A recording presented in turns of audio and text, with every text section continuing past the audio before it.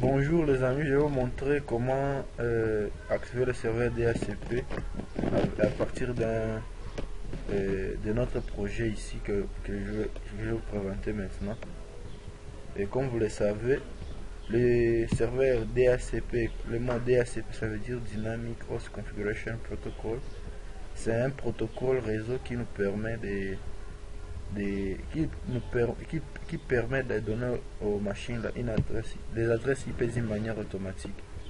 Et pour ce faire, j'ai déjà la topologie ici, qui est un réseau local. J'ai utilisé la technologie Ethernet, et la topologie que vous voyez ici, c'est en étoile. Et puis, si vous voyez bien, cette machine peut demander l'adresse IP, c'est statique. Et puis, quand on va activer le DHCP, la machine va manquer l'adresse IP parce qu'il n'y a aucun serveur qui va fournir l'adresse IP, raison pour laquelle on dit request failed. Alors pour que cette machine puisse trouver l'adresse IP, il faut qu'on active un serveur qui pourra lui donner les services des DHCP afin de permettre aux machines de trouver les adresses IP et commencer à communiquer. Avant d'y aller, il faut aussi savoir que les serveurs ont toujours des adresses IP qui sont statiques. Ça veut dire qu'ils ne changent pas. Et cela c'est pour permettre aux gens, parce que vous ne pouvez pas dire à quelqu'un de donner les adresses IP quand lui-même est installé. C'est qu'un serveur doit obligatoirement avoir aussi une adresse qui est statique. Et on va aller, pour commencer, on doit donner d'abord l'adresse au serveur. Je mets 192.168.0.1, c'est la première machine, ça c'est la classe C. Et puis le default gateway, comme gateway c'est le même serveur qui est le gateway de notre parce que c'est lui qui joue le rôle du routeur dans les réseaux. Et puis le DNS server, bon j'ai pas encore le DNS server, mais je peux toutefois mettre le serveur DNS, que le serveur DHCP comme serveur DNS, parce que je peux activer les rôles de DNS dans le même serveur. Et puis après avoir donné l'adresse IP à la carte réseau du serveur, nous allons activer les services DHCP pour que le serveur puisse activer son rôle de DHCP. Et puis service, je vais activer on. Le pool name, c'est ça mon pool. Et puis default gateway, je mets l'adresse IP du gateway. Donc les informations ici que je vais compléter ici sont les informations et que le serveur pourra compléter aussi sur les cartes réseau des machines qui seront connectées. Puis je vais mettre l'adresse IP. Donc j'ai mis là le DNS server, j'ai mis l'adresse IP de serveur DHCP, sans oublier que le DNS server c'est un serveur qui nous permet de convertir l'adresse IP en nom de domaine. Et puis stats IP, et là pour les stats IP il faut être prudent. Quand vous avez deux serveurs, trois serveurs, si vous avez deux serveurs par exemple n serveurs et que vous voulez trouver les adresses IP, il faut utiliser la formule n plus 1 afin de permettre, donc n plus 1, n c'est le nombre de serveurs que vous avez, plus 1, donc à partir de combien l'incrémentation va commencer à se faire. Comme j'ai un serveur ici, ce que je vais faire, stats IP, je vais mettre 2, et ce sera 2, parce que la machine qui va demander l'adresse IP en premier sera .2. Et puis les subnets masques, le masque sous réseau, je mets 255, je n'ai pas fait le subnetting. Et puis le maximum number of users, c'est ici aussi vous pouvez limiter le nombre d'utilisateurs de votre réseau pour raison de sécurité, pour raison d'économiser la bande passante des punitions. Vous pouvez toutefois limiter la bande. Par exemple là j'ai trouve que par exemple j'ai pas mal de machines, mais il y a seulement 3 machines qui ont vraiment des travail, et les autres, si je les donne l'accès, ils vont télécharger, ils vont faire des trucs.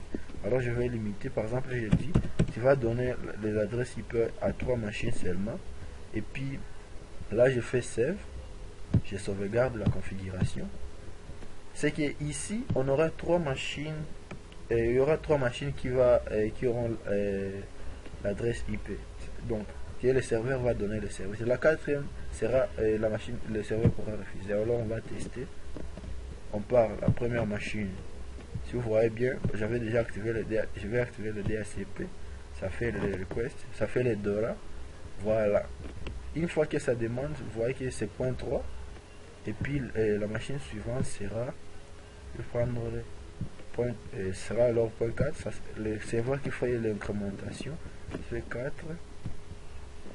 Et puis celle-ci aussi c'est 3. Ça sera .5. Voilà, ça traîne un peu. On va essayer de reprendre.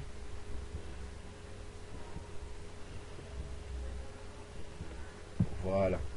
Et on va essayer un peu de checker si la machine est connectée. Je vais essayer de connecter la machine. C'était pas connecté. Voilà, la machine est connectée, mais il y aura seulement 3 adresses parce qu'il y a une machine que j'ai activé le DHCP avant. C'est que cette machine a déjà une adresse IP aussi. C'est que c'est la machine qui fait. Donc il y a déjà 3 adresses qui sont distribuées par le serveur. Alors la quatrième machine, voilà, c'était ça. C'est le point 2 et l'autre point 1, point 3. Il y a une autre, c'est point 4. C'est le point 4. C'est que ce sont les 3 machines que j'ai dit au serveur qu'il doit donner seulement à 3 machines et aux 3 machines l'adresse IP. Alors si les autres ici continuent à demander, ils vont manquer parce que le serveur va refuser de donner l'adresse IP. Vous voyez, le requesting sera failed. Il n'y aura pas l'IHCP request failed. Alors pour augmenter, par exemple, on vous dit il y a 3 machines qui doivent aussi se connecter. Ils doivent travailler, ils doivent envoyer des mails très importants. Alors là, je vais partir. Je vais ajouter le nombre d'utilisateurs. Je peux mettre par exemple 10. Je mets 8. Puis je fais save. Une fois comme ça, je pars. Les machines, vous verrez que les machines qui n'ont pas eu d'adresse, ils auront déjà des adresses. Vous voyez que celle-ci c'est .5. Arrivé encore à 8, donc la 8e machine aura l'adresse IP. Alors la 9e machine qui pourra demander l'adresse IP n'aura pas d'adresse. Ainsi s'il y a la demande qui augmente, le nombre de clients il y a beaucoup plus de demandes, il faut ajouter. Là c'est point 8. C'est que la 9e machine sera requesting IP, ça va failed. Donc la 9e machine n'aura pas. Voilà, c'est parce que j'ai limité le nombre d'utilisateurs dans mon réseau. C'est un peu ça